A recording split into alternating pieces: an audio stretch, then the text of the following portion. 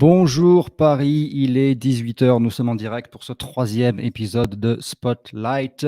Good morning everybody in Los Angeles because it's 9 a.m. in Los Angeles and we are live. This is episode number 3 of Spotlight. Spotlight is a new show of the Paris Art and Movie Awards Film Festival. It's a show we created because we wanted to promote and support the filmmakers all year long. Usually you have a festival, everything happens during a week, 2 weeks, and then it's status quo for a year. And we didn't want to do that anymore because of the current situation and everything. We wanted to provide and to create a platform for the filmmakers, independent filmmakers, to talk about the project, whether they've been submitting to the PAMA or not yet. And we encourage you to submit to the PAMA, of course. I'm going to have with me this afternoon, Ian Roderick Gray. Ian won the Best Music Video at the Paris Art and Movie Awards in September. And the music video was Lost in the Memory with Charlie Winston. Ian, good morning or good afternoon. Where are you? I'm in London right now. It's good afternoon and good morning to you, I believe. Good afternoon then. Very happy to talk to you again. Last time we talked, we had Charlie Winston with us and we discussed for like an hour about the music video Lost in the Memory. Where are you at right now with that music video? So the music video is still doing the rounds on festivals. Obviously, we were unbelievably chuffed to win Best Music Video. It wasn't something we expected because I think there were some incredible videos in the category. So to even be nominated was a real privilege for us, genuinely. And to actually come away with the win was just so unexpected. So so the video's it's out, it's touring, and maybe we'll have some more success in the festivals too. How many festivals did you submit to from the very beginning of this music video until now, this summer 2020? How many festivals did you go to? Well, actually, so initially, I think you were the first festival that we submitted to. Cool. Right there, the first one.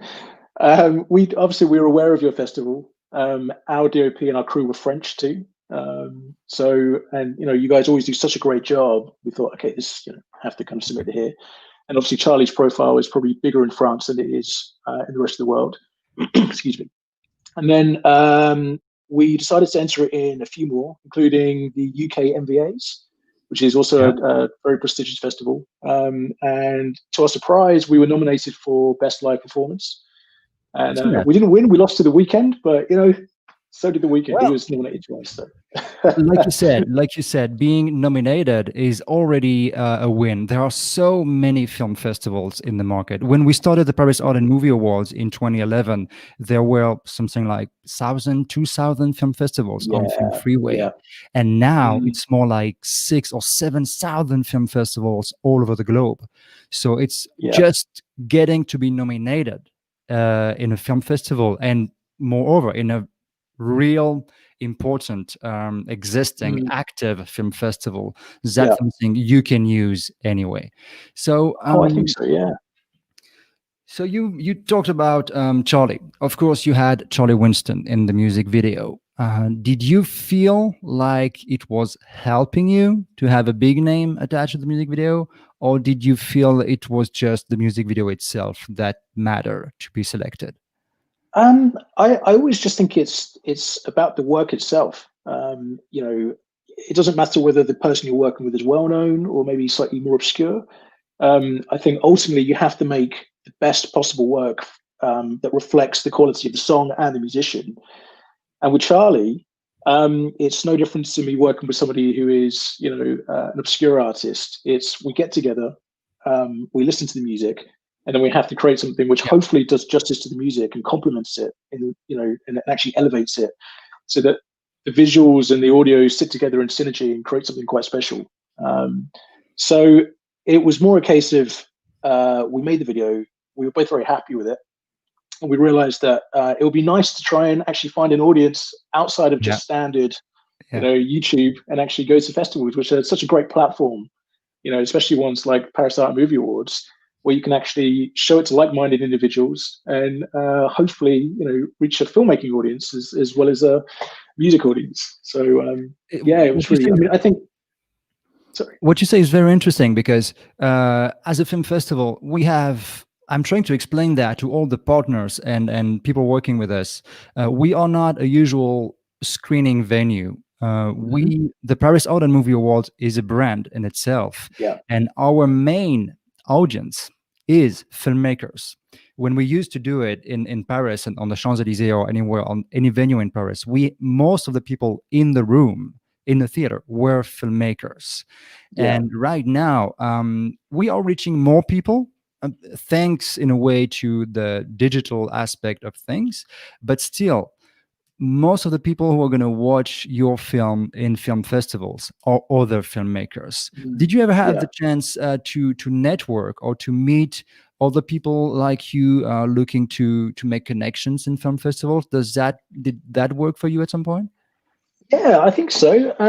So with another music video that I made a couple of years ago, that ended up doing quite well at festivals, and I've made some kind of, you know, who I would consider friends now as a result of this, and people that we've spoken about collaborating, from Good, good, good, good. producers to cinematographers to, to produce to other filmmakers and directors that I try and support where I can, because they're also, they're very, very talented people. And I think it's just it's a great way to see who's out there, see kind of what the talent is, and hopefully try and form some kind of collaborative process down the line. So it's, Yeah, and even I I think, totally get you sorry, because I had the chance to meet a couple, to make a couple friends yeah, on film festivals that I met in film festivals, and the relationship I have with these guys is special in a way, oh yeah, because absolutely, you didn't meet them in a bar or because you had a common friend or anything. You met them because you have a common purpose, and yeah. you've been attending the same film festival, and that creates, to me, that created kind of a special bond with these kind of people. Did you have the chance to work and to collaborate effectively with people you met in film festivals? Yeah, I've worked with a couple of DOPs that I met through festivals too, and then one producer, a guy called Alex L, that we'd met initially in festival two, that I then went and worked with him. So it's been, I think it's a really great way to actually connect and just try things out. And there are lots of other people that I'm hoping to collaborate with, that I've met via festivals. So it really is. I think you're right. Film festivals are, the audience tend to be people that love films, that make films, that understand that process. And so Yeah, it's almost a shorthand. It's almost kind of like a catalog of saying, okay, that guy's great, that guy's great, that person's great. I need to work with this. Same and with it's actors as challenging. well. Yeah, it's challenging Yeah, because you know that the people who are going to watch what you did are going to know how you made it most of the time, yeah, and they're going to that's know the right. Yeah, tricks, yeah, and they're going to know the shortcuts. So you better be okay with what you present in film festivals, because it's yeah, not. I'm not saying you're going to be judged, but I'm saying you're going to be understood by your yeah. fellow filmmakers. That's right. But Just want to go back to you a little bit. Can you give us a little quick background about how you became a filmmaker and how you became making music videos and all you do right now? yeah, so I began about, I guess, almost 14 years ago now. Initially as a storyboard artist with the view to try and break into directing. But because I had a kind of art background, it became a bit easier to try and get a shortcut into the industry, just because the moment that you can actually present something visual, it becomes that much easier to sell yourself into a role. Yeah, So I started working at a company doing storyboards, and I used to pester them to let me direct. And eventually, they allowed me to direct one small thing, and I did a good enough job that they then allowed me to keep on directing. And then, I think what happens is when you have one job, it's so much easier to get a second job, and then a second job, and then a second job. yeah. And then It's a before I knew it, positive I was circle. that's right. Yeah, it kind of ends up being a domino effect. And then before I knew it, I was working for a broadcaster called Sky, directing commercials. And then music videos were something that I'd always been very, very much in love with. Because of directors like Michel Gondry, Spike Jones, Chris Cunningham, and people who were very much kind of pushing the boundaries of what music videos were. Yeah. And I just decided, I need to try and do this as well. So it became a case of kind of working with smaller artists on kind of lower budget videos initially, and then kind of fluctuating between doing bigger jobs with bigger artists. And trying to good. find as many creative avenues as possible to do stuff, Sounds experiment a little bit. sounds sounds really, really good. Do you define yourself as a music video director or as a director, or do you have a genre of predilection? Because I've been I talking to you only mostly about music videos, but Yeah, I'm that's right. really Yeah. interested. I know you have a background in commercials. How do you kind of present yourself? How do you define yourself as a I, I filmmaker? tend I tend to just say that I'm a director, really, a filmmaker. I mean, Yeah. my so I've done many short films too. And I've made a feature film that we spoke about briefly last time. Yep. And feature films is ultimately the area that I'd like to move full time into. But it's very difficult to make a sort of viable career in indie filmmaking. It is. I'm sure you know as well. There's never quite I enough do. money, and so you subsidize yourself by doing things like commercials, which is certainly not what I would be doing actually, out of choice. But it's the easiest path to actually generate income. Um, Yep. but even if I move full time into feature films, I'll always be doing music videos because if you're working with the right person and you're given trust, it can be, I think, the most incredible, creative avenue to do something completely distinct. It It's is. not always the case that you get those opportunities, but when you do, it's like nothing else. It really is. So filmmaking generally, whether that's documentary, at the moment I'm working on a documentary, which I think is going to be very beautiful when it's done, very moving. So I'll go from, it's wherever there's a good story to be told effectively is what I'm interested in. Totally agree with you. The storytelling is what drives me personally. Yeah, You need to have something you want to tell, and absolutely. Yeah. you need to have a good script, or you need to have a good idea or a good concept. Or sometimes, like you did in Lost in the Memory with Charlie Winston, you had everything into it. You had a good song, you had a good storytelling because the song is very personal, and you put on it. You made it as a one take, one sequence, only one shot for the whole music video. So you made it into a concept, and sometimes the stars aligned, and that's when you get to create something that you can be proud of. And we really loved the music video you made. Thank you so When, much. when you started going to festivals with the Charlie Winston music video, did you have a specific strategy? How did you select the film festivals you were going to, and what was your approach to it? Yeah, for this one, we were actually very selective. In the past, I think most people, including myself, have been guilty of maybe spamming every single festival and just trying to put it out there as much as possible. But over time, you start to learn that that's not really very effective in terms of, first of all, making best use of film festivals. Secondly, trying to reach an audience. And so what you do Yeah. instead is you try and find, I think, a festival that has the sensibilities that aligns with whatever film you've made. And so for us, it was very much a case of that. So actually, I can tell you we've lost in the memory. We've only submitted it to 5 festivals so far. We've Only really kept five? it just 5. You're one of Okay. 5. And we will start to roll out maybe a few more, but we decided, okay, this time we're going to keep it very contained and we're just going to see how it goes on and be a bit more labored. Now, obviously, with deadlines, that doesn't make it necessarily an easy way of doing that. But we just felt, okay, let's be very selective this time. Really choose carefully, and then see where we go with it. So it's yeah. Okay, so what was your score tab out of the five? How have you been selected to the 5 of them? How many of them? Well, so far we're 3 out of 3, and we're waiting to hear. Obviously, the deadline hasn't come yet, so we haven't had the Good. notification of the other 2. So hopefully, we'll get a full 5 out of 5. So far, you have a Anyway, 100% success rate with a yeah, very highly selective choice in festivals you submit to.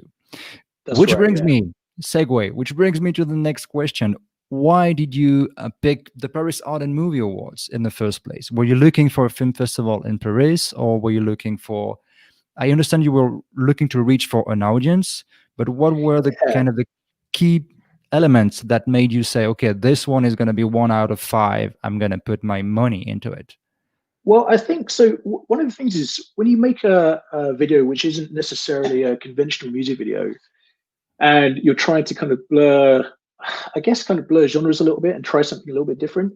Yeah. You need to try and find a place that feels like it could be a good home for that, because it's not necessarily a video that's going to be suitable for every kind of festival. And I think one thing that we all knew about Parasite Movie Awards was that it's very, very much centered around the filmmakers. The talks that you guys have with filmmakers, they're absolutely amazing. And you get such an insight into the process of all the directors, all the filmmakers, producers, actors, and so forth.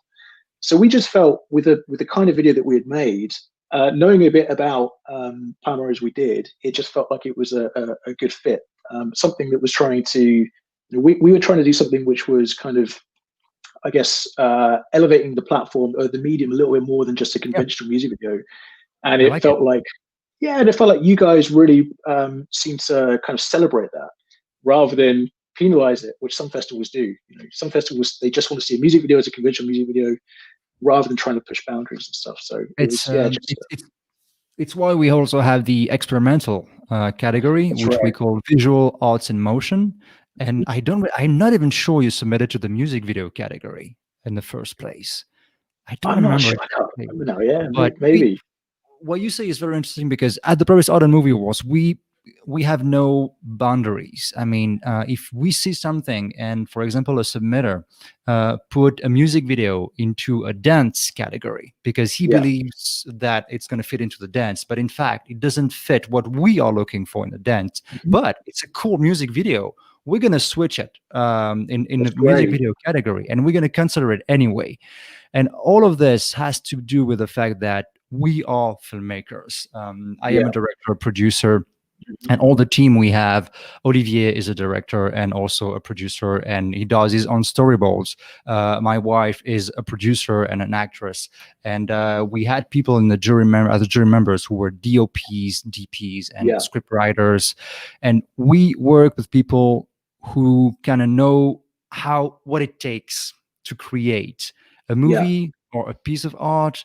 Is they know what you have to put in it from yourself, and that I think makes the difference. And the other thing that's very interesting, and I thank you for saying this, is we are a festival by filmmakers for filmmakers, and people can tell because when you listen to the Q&As we had in the past, whether you can see them on YouTube or Facebook, you can tell the questions we have most of the time are very specific because we want to go behind the curtain. We want to know how it's been made. So there's a depth to the interviews that you guys conduct that I think was just fascinating. As really talking more as an audience member, I really enjoyed seeing a lot of those talks just because you get to the heart of the subject. It's not superficial. Everything is much deeper and much more about the filmmaking side of things. I'm trying to. I'm doing most of the Q&As myself, and I was very happy because in 2020 we had a lot of people joining us to do Zoom sessions and StreamYard sessions and tape interviews, and it was not just me anymore. And that brought to the festival a whole new level of appreciation and artists, because everybody has a different feeling about what people do. So that was very interesting. So right now you've been doing another music video, but once again, it's not really a music video. Can you describe it a little bit? Okay, so just as a disclaimer, I also do make conventional music videos too, but I've just recently been kind of trying to experiment a bit with stuff which is a bit more unconventional and sort of, again, blurring the lines between music video and either film or documentary. So this one's for an artist called Danny Keane, and his debut album has just come out, and it's absolutely fantastic. It's actually produced by Charlie. Charlie produced it, which is how I first met Danny, because Danny was initially a session musician for Charlie. And so we were meant to make it the start of the year, but of course, COVID happened, lockdown happened, and suddenly we had no way of making anything. We had no budget anymore to make anything. And but I had access to this amazing musician, and I had this incredible album, and I really wanted to make content. So right in the middle of lockdown, maybe kind of June or thereabouts, I got tired of not being able to make anything. And one of the guys I collaborate with a lot is a Mexican cinematographer called Pablo Rocco. and he was stuck in Oaxaca, Mexico. And he called me up and said, how's everything going? And I said, well, I really wanted to make a music video this year for Danny, and I can't. I've got no way of shooting anything, and we're not allowed to actually film anything now because of lockdown rules. So he said, well, look, What did I'm you stuck in do? Oaxaca. He said, why don't we just do something remotely? You can direct from London. I'll shoot it in Oaxaca. My mother is a dancer, and I have this amazing house. Why don't we just try and do something, remotely? And So so I that said, okay, means that's interesting. that means you were in London and you Yep, were giving directions with a phone or that's right. remotely. Yeah, So exactly. who was operating the camera? So Pablo was operating the camera, and he had a guy who was staying with him at the time. Arturo is a lovely guy who was there to help him. We had this is no exaggeration. We had zero budget. We had to borrow the camera. Um, what I decided was, having spoken to Pablo and Mati, who's Pablo's mother and the dancer, she had such an amazing philosophy about music, and the song was very much about kind of a celebration of rhythm. That I thought it'd be interesting to incorporate documentary elements into the video, and then have a section in the middle which is more traditional music video, and then kind of top and tail it with documentary elements talking about her philosophy and how kind of her you know her love of movement and love of rhythm feeds into her soul and her spirit, exploring the relationship between her body and rhythm effectively. So And so that's what we did. this is what struck me when I watched this new work you've done. Is, to me, as a personal feeling, I received it as a documentary form, Yeah, because you get to see and you get to learn things you didn't know before you started to watch, and you get to kind of enter some form of intimacy of the artists and through the music, which is more, to me, of a documentary than a music absolutely. Yeah, video. And I really, really love that, and it kind of fits what you did with Charlie Winston already. It was also a window into the mind of Charlie Winston and that specific relationship he was talking about in that song. So, do you, what's, you say you want to do more feature films and that's kind of the goal for you? Are you aiming for dramas that could fit your own sensitivity, or what yeah, would I be think your so. genre into that? I think it's going to be dramas is really where I'd like to go. I love working with actors. I have kind of a deep appreciation and respect for what actors do. I'm always baffled that they're able to do that. And having my first feature film, which I co-directed with Dylan Harvey, was a documentary, and it was an amazing experience. And I'm sure I would revisit documentary again on for long form, but there's an element of control that I like to have from a visual standpoint. Yeah. Um, you know, my favorite filmmakers are Kubrick and Fellini, extremely visual, and it's very difficult to do that with documentary. You can do it, but you are It, kind of at the mercy of the living subject. You have to you kind of follow that. you do, but at the same time, you have such, in documentary you can have a grasp of what's happening right now, something very Absolutely, yeah, organic that you cannot, I cannot find with anything other than documentary, because documentary, it's true. it's happening in front of you, kind Yeah, of for real. So you yeah, just have yeah. to capture that, or it's over, it's done, and you're not part of it. Oh, absolutely, it's incredible. I mean, in terms of storytelling and pure raw storytelling, I think it's difficult to match documentary. But I suppose the thing that always attracted me to film initially was the language of cinema, and using that language to communicate a story. So the idea that you could tell a story without any need for dialogue, everything could be communicated through cinematography, through direction, through performance, through mise en scène. All of that stuff is the thing that first kind of hooked me into filmmaking. And when I think about some of my favorite films, Lawrence of Arabia is one of my favorite ever movies. I feel that that is pure cinema. It can't be done in any other medium, and that's what I love. The idea of filling the screen with these grand images. So I think that's kind of very much my sensibilities, I think. How did you accept, how did you deal with the fact that doing this documentary slash music video slash experimentation remotely, you had to give away the camera, which is kind of, it's very intrinsic. It connected to what you are describing and the reference you're citing. How did you do to direct a music video and that piece without operating the camera yourself? Well, so I don't actually operate the camera anyway. Even on documentary, I really love the process of collaboration. So my favorite thing about filmmaking is the fact that you get to work with all these people who have way better ideas than you have, and if it's a good collaboration, they bring something to the table that you don't bring. So for me, one of the really beautiful things about this particular specific project was that Pablo is a guy that I've been working with for probably 10 years.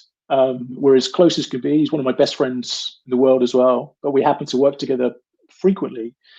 And so we had to change the way that we work together because Pablo had a degree of autonomy that he doesn't usually have, by proxy of the fact that I was 7,000 miles away and I didn't have that direct control. Yeah, yeah, So yeah.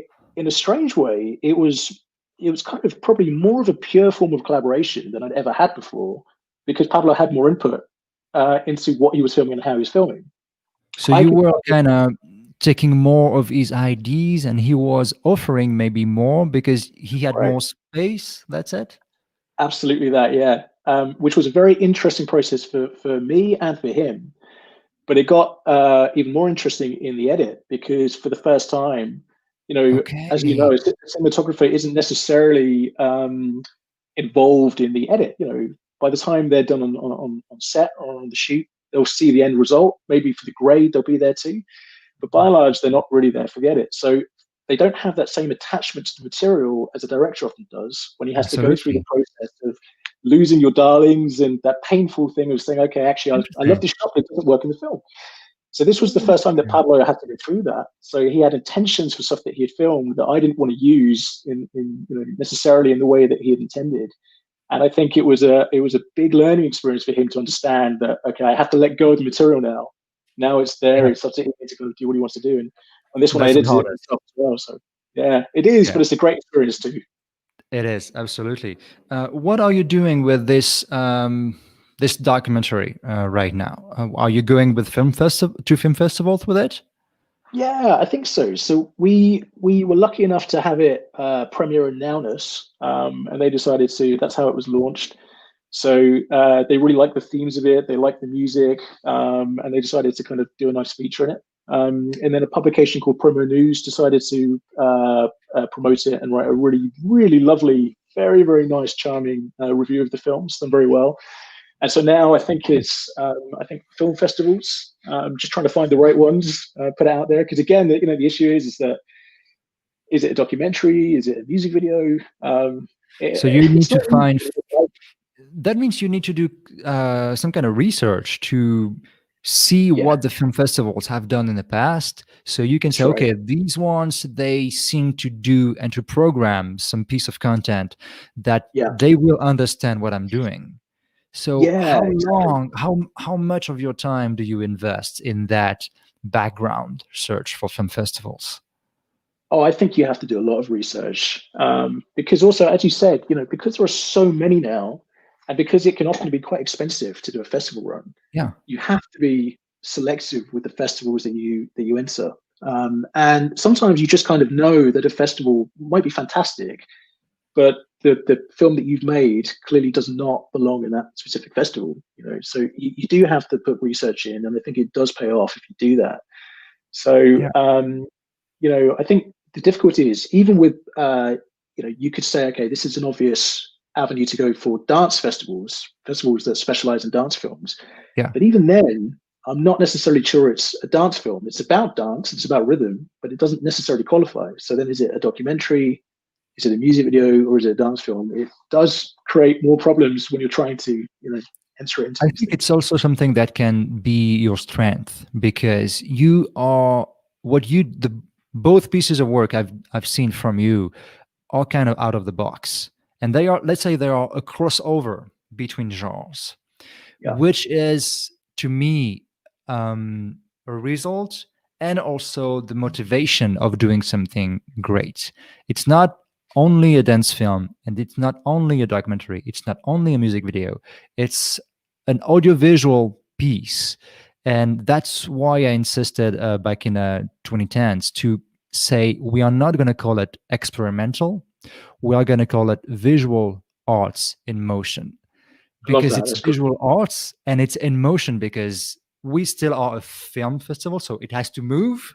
It Yeah. cannot be just photography, just still images. But I think that term, we have a lot of success with it, and we receive things that have, if you look just what we did in September for the 10th anniversary of the Paris Art and Movie Awards, the visual arts in motion category had spoken language, Yeah. no dialogue, animation, live takes, documentary style, and some very weird, bizarre visual stuff. And all of that, it's just you have music, you have sound, you have image, and you Yeah. mix it together in a way that it's out of the box. Personally, I love it. I love it. So It's fantastic yeah, that you I- guys recognize that though, and then actually designed an entire category around that. I think it's so beautiful because that's the joy of film. It means that you don't have to.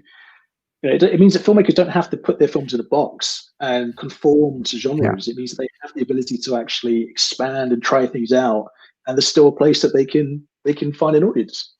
Yeah, maybe that has to do with the fact that when I was learning to operate a camera when I was a teenager, I was filming some weird shit, really, and I was trying to create a story with, I don't know, cans and objects, and I used to play inside the fridge with a camera, some weird, bizarre stuff, but still, in the end, I had a story to tell. And Yeah, maybe because we are all filmmakers, we understand that sometimes you need categories that are out of the box. And I can tell you, it's one of the top 10 categories we have in terms of amount of submissions, which means it responds to a need from the filmmakers. And I am very happy if we can provide something like that to the filmmakers. that's amazing. I think it's liberating. I it's designed to be. I hope it is in some ways. What are you going to do for the New Year's Eve? Oh well, I think it's probably going to be a quiet New Year's this time because I obviously think. we are currently in full lockdown, so it means that we're not allowed to see other Yeah, other people, I've seen unfortunately. that. So it'll be my girlfriend and myself, probably watching films. I imagine having a little drink. What about you, Matt? Any plans? No, the lockdown is not really enforced in California. It's much more strict in France. All the rest of the team that's in Paris, they are pretty much just like you, couples locked down inside. We have a strict kind of everyday life here. We don't want to expose ourselves to any Yeah, risk. sure. But still, we are trying, like we do with Spotlight, we are trying to create some content anyway and to keep doing what we love to do. So it's going to be a quiet New Year's Eve, but still, we're going to eat something very good. We're going to have a good meal and a good, we have a bottle in the garage that's waiting for that night. So that's going Very to be cool. nice. Great stuff. Thank you so much for taking the time for talking with me again and being with us at the PAMA once again. We really appreciate what you do, and we are wishing you the best of luck with the new projects you are currently putting into festivals. And I hope to talk to you soon. Thank you so much. The support is just amazing, and I think what you guys do is brilliant. I tuned into the last one for Spotlight 2, and I think everybody Cool, should watch these because I think they're fantastic. And you're such a great interviewer because you're a filmmaker and an actor as well. I think it really helps. So cool. yeah, it's Thank a you so privilege to be much. on it. Thank you so much. Thank you for being with us, and talk to you soon in 2021. Happy New Year. Take care, Bye man. bye. Happy New Year.